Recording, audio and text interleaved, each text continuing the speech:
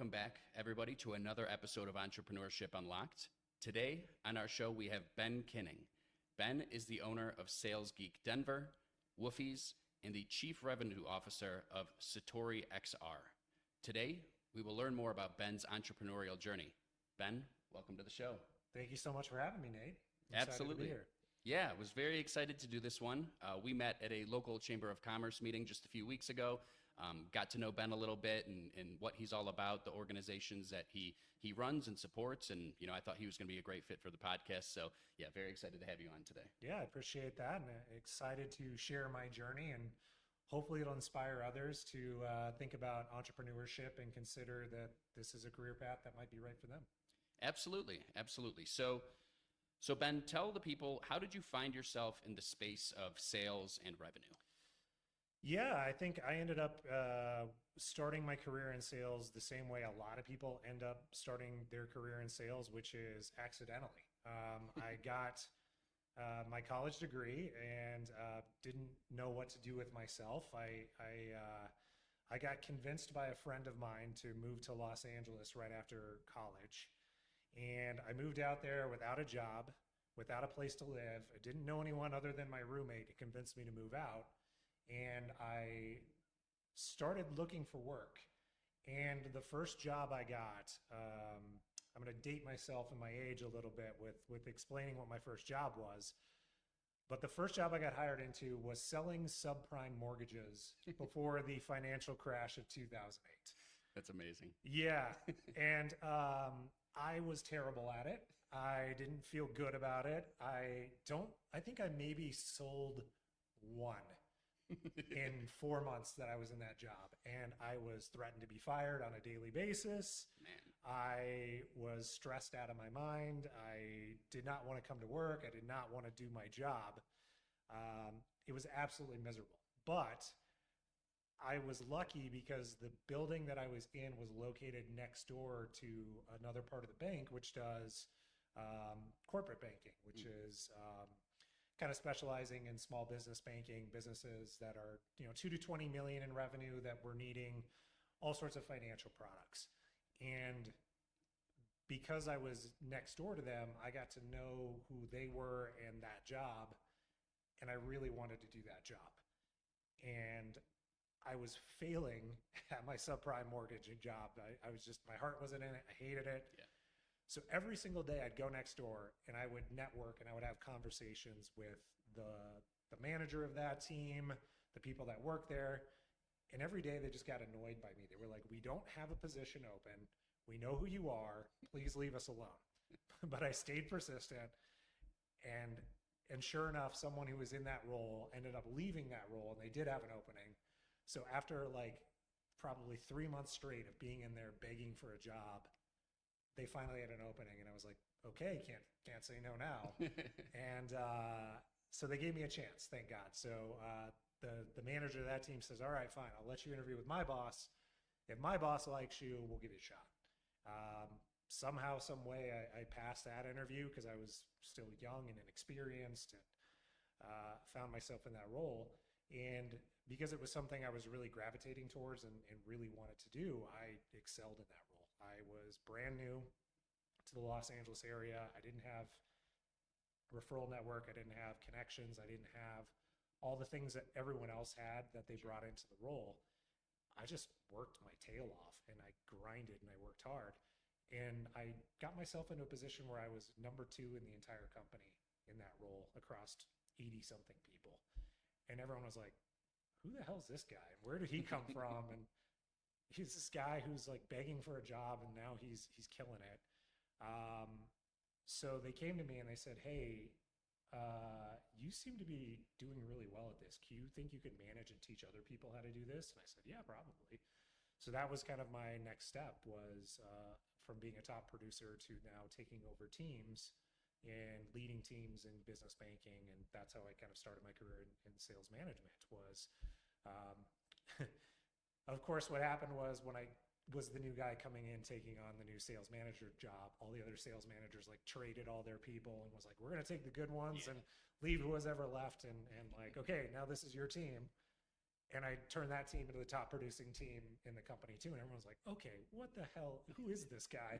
How is he able to do this? So I just sort of found that I've been really good of taking the complexity of sales and finding ways to simplify it and help people execute and find results. It's not about grinding harder or doing more. It's about how do you do so in a way that is strategic and sustainable, and in a way that's going to be adding value to yourself and others. And I've just found myself in my career really focusing on that. And luckily that's led me to some amazing things throughout my 25-year career in sales.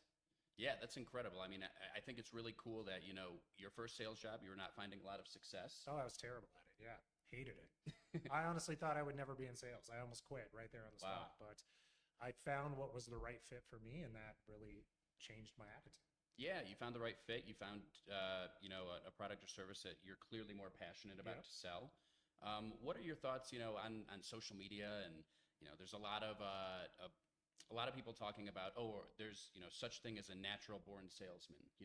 Do you think that actually exists, or do you think it's something that truly could be like learned? You could be trained and work your way up to someone that is a top producer within a company, or do you think some people just kind of naturally have it? I would say it's a little bit of both. I think we're all naturally born with the ability to have the skill set that makes a top salesperson, which can be being a good listener, connecting with others, understanding other people's point of view, empathy, understanding how you can add value and help people. I think those are the things that naturally exist in a lot of us. The way I like to think about it is, if you've ever been around young children, someone who's a year, 2 years, 3 years old, they're all very, very good of explaining why they need to have a cookie for dinner or why they need to stay up an hour or two past their bedtime. Sure. We all naturally, and no one taught us these skills. Like, just as little children, we know how to persuade, how to explain, how to get our point across, how to understand and say things in ways that resonate with the person who's hearing it. That unfortunately gets kind of educated and taught out of us over time, and a lot of times just reconnecting back to those natural habits. One thing that I have always done, and I've coached and managed thousands of salespeople in my career, is everyone has a unique skill set that makes them who they are. Where I see people go wrong is they go to like a seminar, or they read a book, or they, follow someone who's on Instagram or YouTube or wherever and says, well, if you just follow my path, you're going to find infinite success.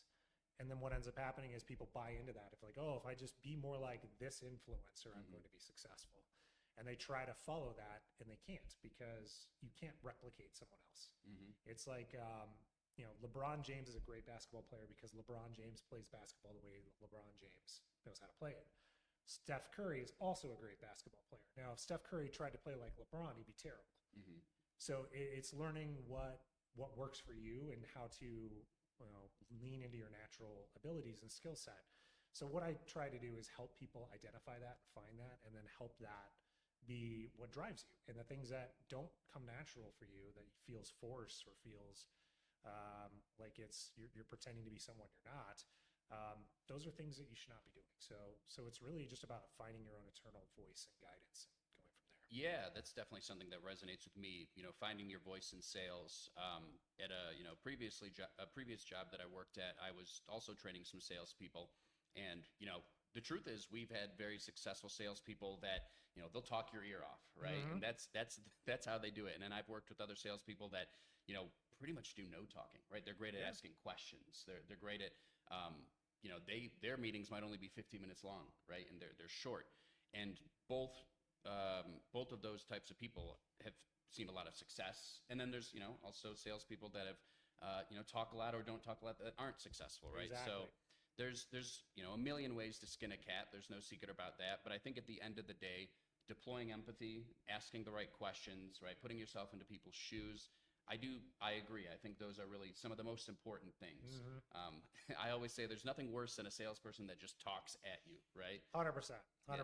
It really needs to be like, here's what I can do to help better your situation. And that needs to be the primary focus. We've all had, and unfortunately with the rise of AI and automation and things like that, the sales outreach, especially LinkedIn, is just chock full of it.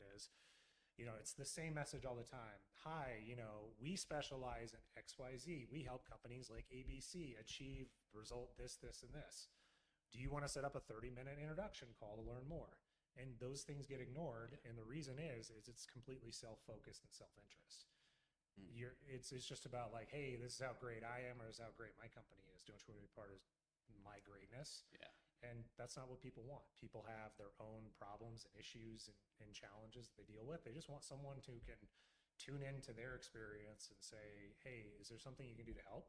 And then also having the foresight and courage to say, you know what, I don't think I'm the right fit for you. Mm-hmm. And that's okay. I think so many times people try to force things that are not the right fit because, they're too worried about their boss or their metrics or whatever that is out there. The best people out there just say, hey, a lot of times they start the conversation and say, hey, I just want to see if I'm the right fit. If I'm not, I'll tell you that. And, we'll have a good conversation. That's that. Yeah, absolutely. And it's not outcome driven at the end. Mm-hmm. Right on. Yeah. So, one thing I want to hit upon is fractional sales leadership. It's something that I really wasn't super familiar with. I had a chance to Google you, check out your LinkedIn a bit. And it kind of opened my eyes to that world of operating business, right? Mm-hmm. So something I'm not even super familiar with. I'm sure many of my listeners maybe have never heard the term, or maybe they're slightly familiar with it. But let's talk about Sales Geek. How do you explain fractional sales leadership to a founder who's never actually heard of that term before? Yeah, it's a great question. It's an emerging business that I think is a model that's going to be probably the primary model 5 years from now, but it's an emerging model that people are adapting to because there's so much value to it. If you think about a traditional large company environment, there's layers upon layers upon layers of leaders in an organization. There's the C-suite, the VP level, the director level, the mid-manager, the manager, the supervisor. There's all these different layers. And organizations over time are starting to shrink the layers, that they don't see that there's that big of a need of that many different layers of leadership. And especially when you're starting getting into medium and small size businesses, there really is no need to have that many layers of leadership either.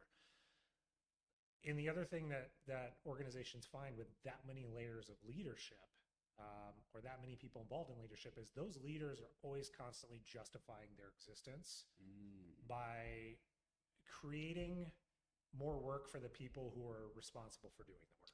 Interesting.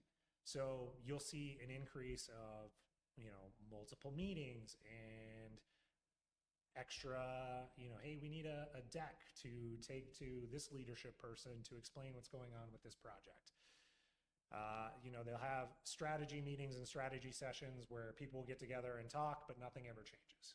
So it's a lot of high-powered, expensive people in an organization being paid a lot of money who add and deliver very little value to the actual growth and revenue of the business.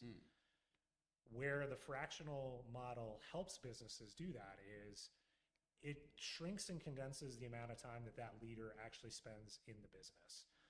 So, for example, instead of having a VP of sales in a company who's working 50 hours a week managing a team in a business, they're now having to justify their existence for 50 hours a week, which means that they're going to put extra meetings and extra things and cadences and different things that are essentially taking their salespeople away from the time they should be meeting with clients and going out and attending networking events and doing all the things they need to do to generate clients, because now that sales leader is self-interested and self-focused for their preservation by keeping themselves busy.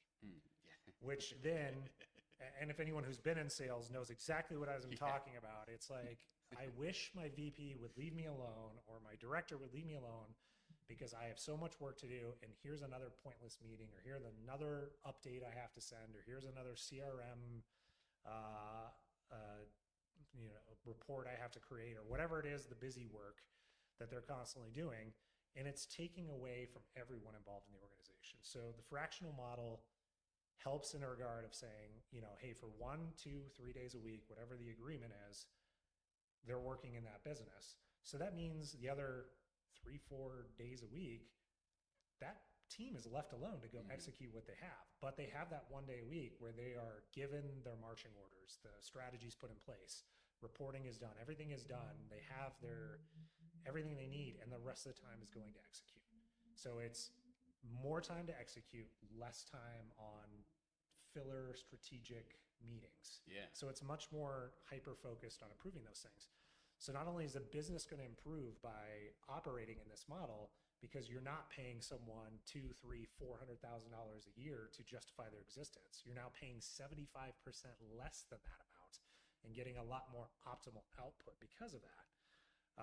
And then that's the other key component that comes from that is businesses can now significantly reduce their costs and their overhead, which then they can turn around and either pay their producers more money. They can reduce costs back to their customers to acquire more customers. They just have more money to reinvest back in their business because it's not being taken up by leadership positions where you're still getting the same leadership. They're just not as engaged on a 40, 50, 60-hour work week. It could be, 20 to 40 hours a month, and you're still going to get that same impact for your business at a 70 to 80% cost savings to the business.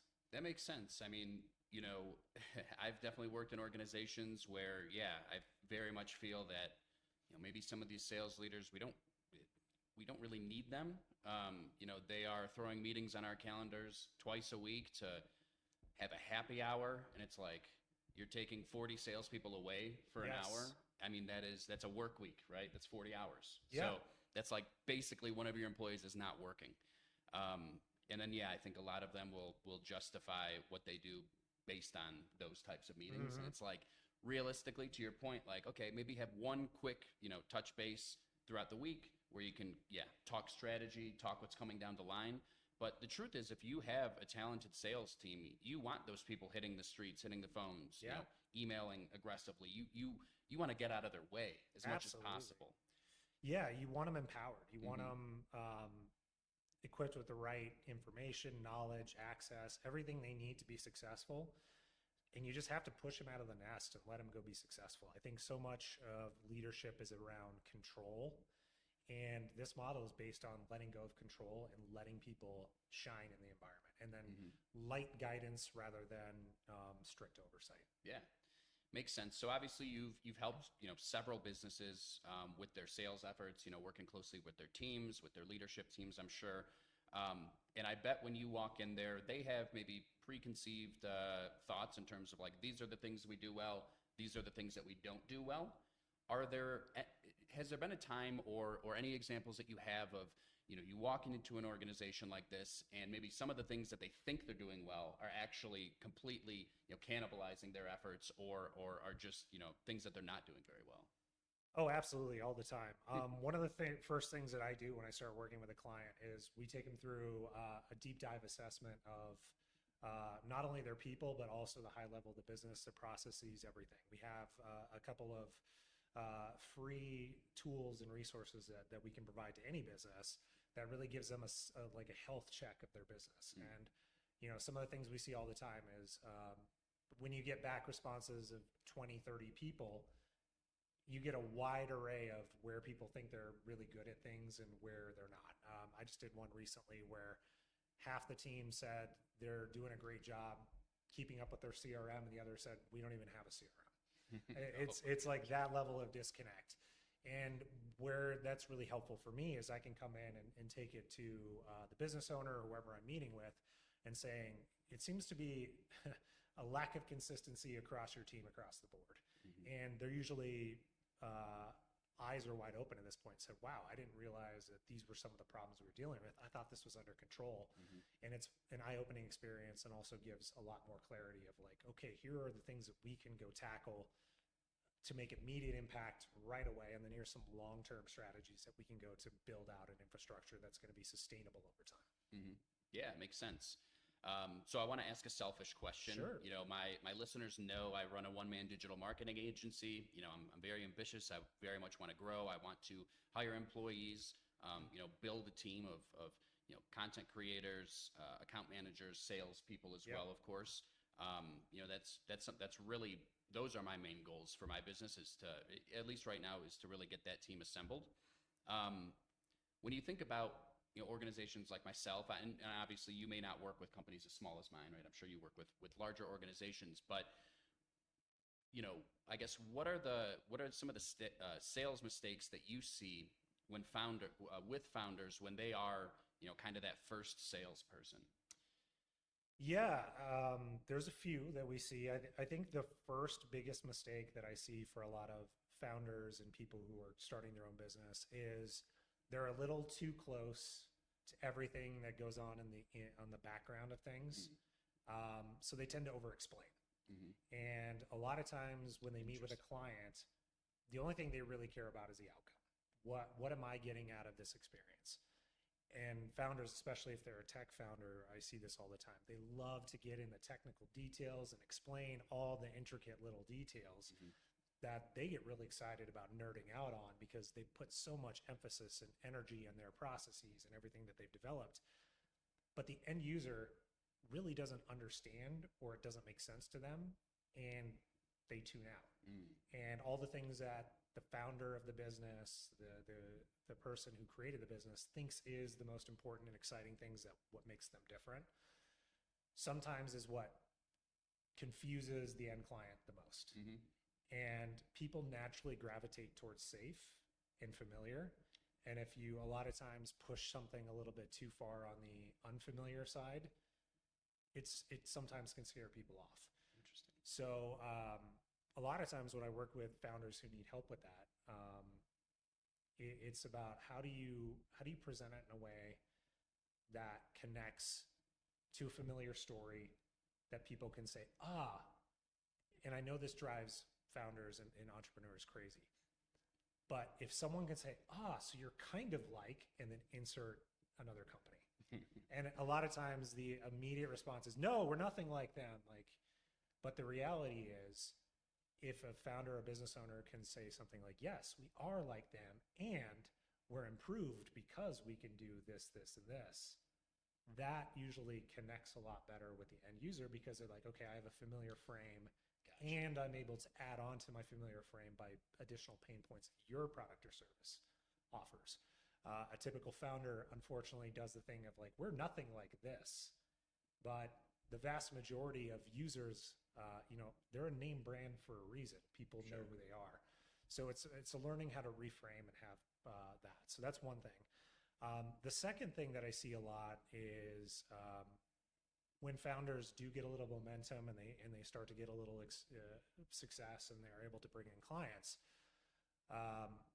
a lot of times they like to keep complete control over that. And when it's time to start delegating and growing your business, too many business owners take that as one of the last things that they will delegate. They're happy to delegate the finance, they're happy to delegate accounting, they're happy to delegate operations and all these different parts of their business. And then they like to keep sales for themselves, because they have this mentality of like, well, I'm the one who created it, I'm the one who can speak intelligently, no one is going to be able to sell this as well as I can. And they have that mindset, and sometimes they're right, and that's okay. What I say is, if you can find someone who can sell it 80% as well as you can, but now they can sell it for 50 hours a week, you are going to have far more success than you selling it at 100%, but you only have 10 hours a week to focus on sales, because you're doing every other part of your job. Yeah. And it's about understanding the math that if you bring in more people who are helping you drive revenue, if you hire a good salesperson, they are going to bring in 5 to 10 times their amount of salary back in revenue for your business.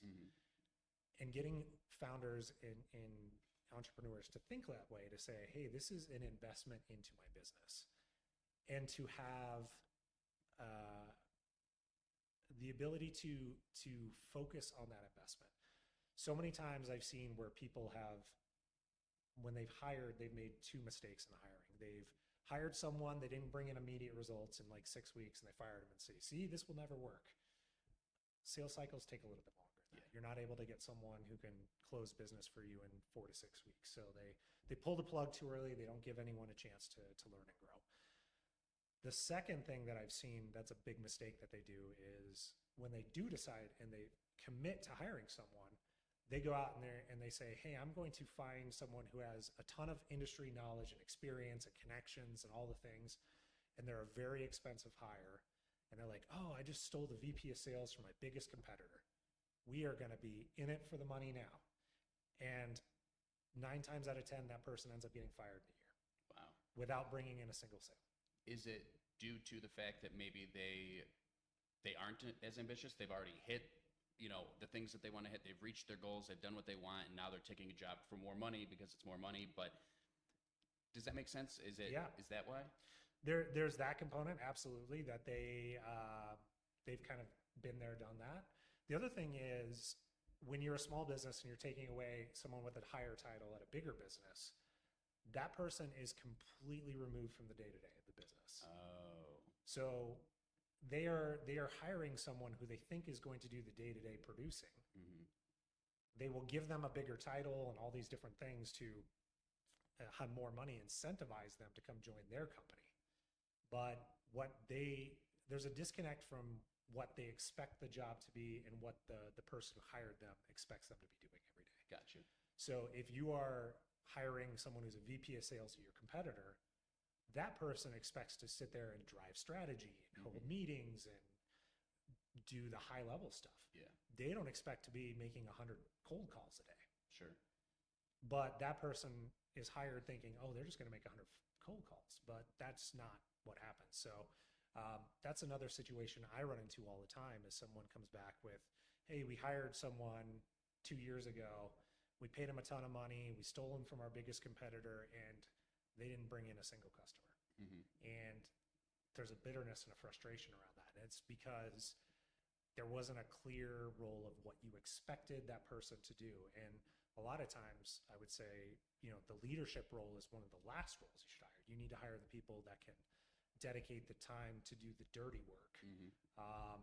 Use sports analogy. It's like you need to have a good offensive line to focus on the blocking and tackling before you can put in a superstar quarterback, because a superstar quarterback's going to get eaten alive if they don't have someone protecting him. Interesting. Yeah. Yeah, I like that.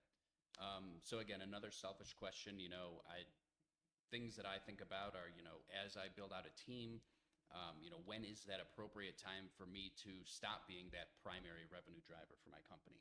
And I'm sure it's different across different industries and things like that. But from what you've seen, is there, signals that should tell me, hey, okay, maybe it's time to take that step back, hire that, salesperson number one or a head of sales to start? And it sounds like probably more of a salesperson. But yeah, what are those types of signals? Yeah, I would say there's different roles within the sales life cycle that you can bring people in and when it makes sense.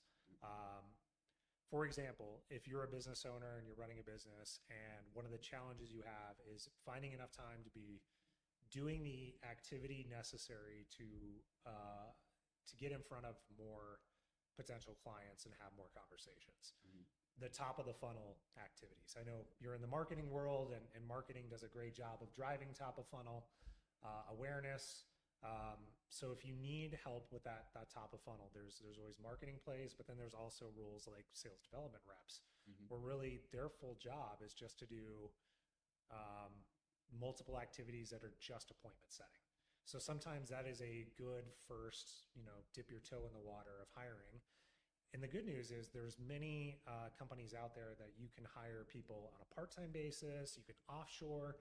You can find very low-cost, effective solutions out there that can really just be focused on, hey, and the way I would think about it is, in a week, are you having 20 to 25 meetings with potential new clients? Mm-hmm. And if you were to reverse engineer that question and the answer is no, it's like, okay, I don't. Why? And at that point, it's like, okay, because I haven't spent enough time doing sales activities. Well, why? Well, I have 3 clients I'm managing and they take up a ton of my time. Okay, well, why? And you kind of keep asking those why questions. And if it comes down to, I just don't have the time, effort, energy, expertise, or focus to really be consistent and staying on top of this and doing these activities on a daily basis, then is where it starts to make sense to say, okay, we can dip our toe in the water and say the first person we can hire is someone who's an appointment setter. Let's say now that appointment setter gets really, really good over a couple of months, and you're filling up your entire calendar, and you have lots of meetings, and you're finding yourself an appointment. It's like I have so much to do, but I've got these 4 client meetings today, and it's just, I don't know how I'm going to get it all done. I'm starting work super early. I'm staying late. I'm working weekends. I have no personal life. Then maybe it's time to think of that next step, which is who is someone that can take that next step, that sort of middle and bottom funnel part of the sales process, and sit down, have the discovery conversations, figure out if it's the right product fit, customize, do all the things that are necessary to get a signed contract. So it really just depends on, I would say, timing of things. If you're doing it right and you're hiring the right person, that person is going to be beyond just paying for themselves, or they should be bringing enough income where now you have additional revenue you reinvest back in your business in other ways. Right on. That's the difference, I think, between outsourcing sales and other roles. Like if you outsource your finance person, they are not going to be bringing in the revenue to pay for themselves. All the legal, all the different other important parts of a business in order to run to be successful, all important. But sales is the only one that's not only going to pay for their own existence, they're also going to pay for the existence of other people in the company too. Yeah, right on. And you mentioned one thing that I've been taking a huge look at for my own company, which is, outsourcing a lot of that business development, right? A lot of those cold outreach messages to, I've met with potential vendors in the United States. I've met with potential vendors overseas as well. For me, an issue I have is, I like that level of control, Sure. right? It's definitely something that I need to get over myself. One thing that concerns me, because many of these companies that I've met overseas, they're very legit. They seem like they do a very good job. They're willing to jump on calls whenever. They seem to be very useful and seem to be like people that I might want to do business with.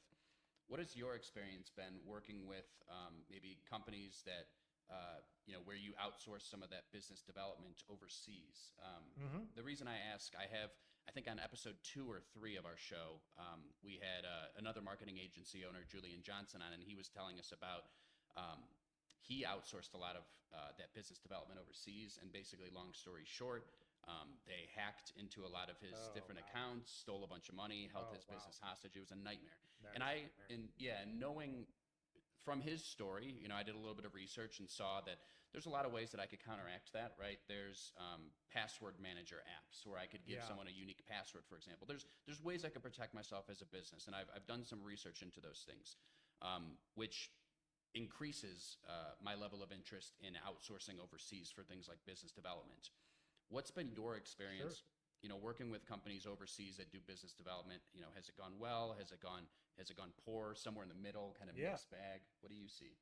So I've found that there's really 2 main models that exist out there. One seems to be more effective than the other. The model that seems to be less effective is you essentially outsource it to an entire organization, and the entire organization runs and operates and owns everything. What I tend to see from that is there's the potential scam fraud of doing that, which comes from it. But what I typically see more often is there's really good talent, and then there's the rest.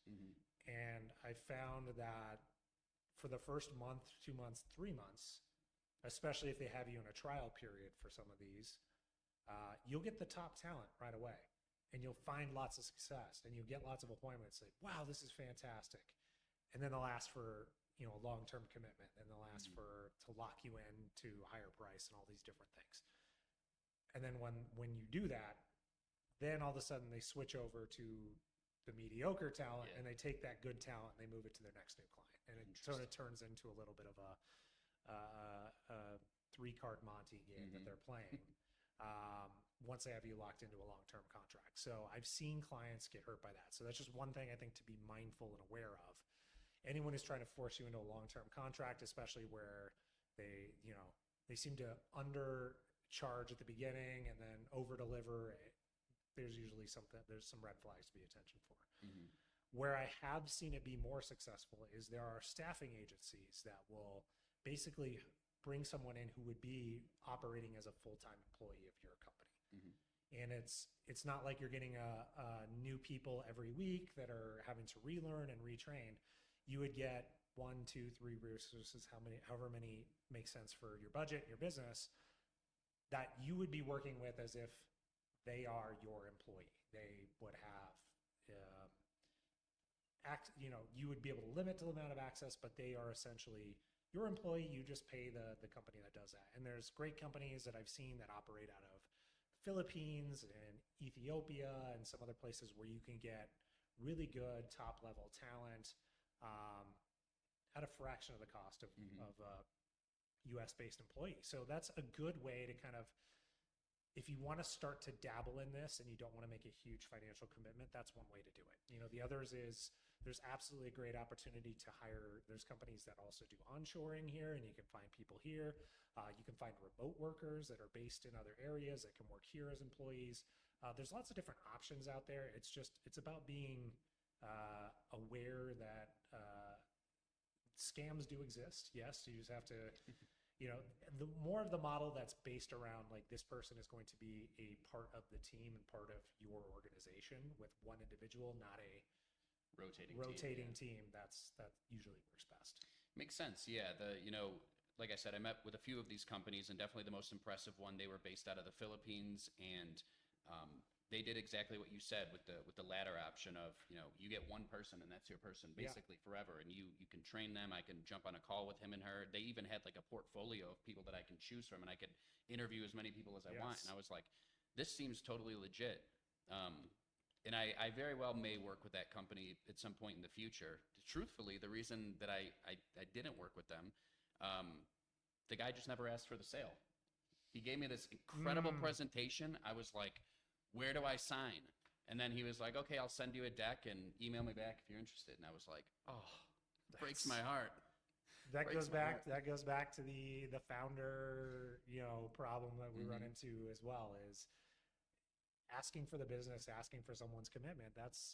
Can be scary for someone who's especially in a career where they've never had to do that before. Sure. And told the silence and to just let it sit and wait for a response. Yeah. It's an uncomfortable thing that a lot of people have to learn to be comfortable with. Yeah.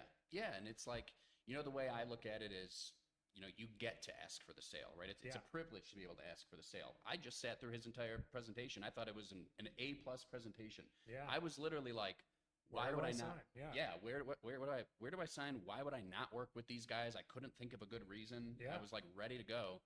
And then, he said, I'll email you a deck. And I was like, oh my God, dude, come on. Like he did so good. It was really, really an incredible presentation. Like I said, I think that organization may be one that I partner with in the next year or so. They had a lot of good things to say. And just because someone doesn't ask for a sale doesn't mean I don't want to, utilize their services. I think that I could definitely benefit from them. But it's a key learning too, Yeah. right? It is, if they're going to be representing your business, Yes. you want them to be comfortable doing that. Yeah, ask for the sale. It's Exactly. the funnest part. Exactly. It's literally the You funnest just put part. all that 30, 60, 90 minutes, whatever it took. Yeah. It is literally the end. Mm-hmm. Yeah, that's it. Yeah, he didn't even say yes or no or are we moving forward? Because I would have been like, yeah, dude, let's send me a contract. Like, give me maybe a day to think about it, but my mind was made up. Yeah. But again, they'll probably get the business down the road. One last question I want to ask you. Sure. I follow a lot of sales content on social media. There's a lot of good stuff out there. There's a lot of bad stuff out there. Mm-hmm. There's no secret about that. And there's a lot of good influencers that have, great content and not even, in some of their content's not great, right? So It's not like it's a good sales influencer versus bad. It's like, it's a mixed bag, and it can be hard to differentiate, right? Yep. And especially when you follow certain sales leaders or influencers in general, where you feel like, man, I really believe what this guy or what this gal has to say. But again, some of that advice that they may be giving isn't great advice. Are there certain beliefs about sales or methodologies about sales that you wish would just disappear forever? Yeah, a couple things come to mind. My least favorite thing I hear all the time is the phrase "sales is a numbers game." A lot of people who start their career in sales has a manager that says, well, you just talk to enough people, eventually someone's going to say yes. My response to sales as a numbers game is sales is a numbers game the same way golf is a numbers game. You can go out there and take 300 shots and complete an 18-hole course. And you completed a course. And so you effectively won at golf. But if it took you 8 hours and you pissed off everyone else that was playing on the course and shanked every ball and it took you 18 shots in every hole, that doesn't make you a good golfer. So sales is the same way. I would much rather be the type of person who is like, if I can make 10 phone calls and close 3 sales out of 10 phone calls, that's a better use of my time than making 100 phone calls and closing 1 sale. Yeah. Or closing 3 sales. Yeah. Right? And the reality is, one thing I was taught really early in sales that really changed my life, that I don't think enough people teach, is this idea that your activities times your effectiveness equals your results. So if you're really effective, you don't need to have a ton of activity. If you're very ineffective, you're going to need a lot of activity to make up for that. Sure. So I've always been a person who's like, work smarter, not harder, get really, really good at identifying who is your ideal customer, be hyper-focused and targeted, be really good at building a relationship with them. And it just makes it more fun that way, because the reason why people burn out and don't enjoy sales, and I always hear people say, I'm not a salesperson. That's like the number one thing people say to me all the time. It's because no one focuses on like how to get better at your craft. It's like you wouldn't go to a doctor who doesn't have any training, credentials, experience, knowledge. They were just sort of thrown out there and be like, yeah, you see enough patients, you'll save a couple lives. That's effectively how sales is taught. I've never thought about it like that. That's funny. And the reality is that's what everyone expects. So, yeah. And the other thing is there is no one size fits all. I think everyone always looks for that magic silver bullet, that it's like, if I just say this magic phrase or ask this specific question or follow this exact process, that's going to solve all my problems. Anyone who tells you that they have everything completely figured out is lying to you. Yeah. Because every single company is unique, every buyer is unique, every experience is different. Having an expert who can come in and say, okay, I need to really understand all the different components that make up your service offering, your pricing model, your buyers, all the different things, and say, we can customize and build something that'll work for you based on your personality, the buyer's personality, all those different things that are out there. It's absolutely doable. But to sit there and say that everything's a one size fits all, that unfortunately is just not true. And, you can either trial and error your way to figure it out, or there's people out there that can really help you shrink that gap of trial and error and time and experience wasted of figuring it out. Someone can like help you really narrow in and say, okay, this is exactly how this should be delivered, and let's come up with an execution strategy and a plan. And companies that I've done that for have like went from declining sales to like 30% growth overnight. So wow. It's absolutely doable. That's awesome. With the right person, with the right mindset. Yeah. Because I mean, unfortunately with sales, there is no certification. What people who do what I do have certifications. I've got tons of experience. A lot of people out there who do what I do don't have those things. Anyone can claim to be do what I do. Not all of them have done the education and background and experience. So just like anything, you want to understand and ask, where did people come from? What have they done? What are their certifications? What are their backgrounds? And that can help you find the right person in anything in life. It's about getting connected to the right person. Right on. Matters. Awesome. Well, yeah, Ben, this has been great. Tell the people where they can, find you if they're interested in your services or if they just want to learn a little bit more about you. Yeah, so the company I'm with is called Sales Geek. Sales Geek, for those of you who are not familiar with us, we are a collaborative effort of, we like to call recovering corporates who have spent a good amount of time in our career working with large organizations, leading large sales teams, and just got sick of the corporate bullshit. Yeah. And now it's just about how do we give back to businesses that matter and could use the support and help. So I'm based here in Denver, Colorado. I do work across anywhere in the US. We're a global organization. We're operating in 6 countries as well. There's about 70 of us at this point that are across the globe that help. So if you're in an area and you're listening to this and you say, hey, I wonder if there's anyone in my area, absolutely, there probably is.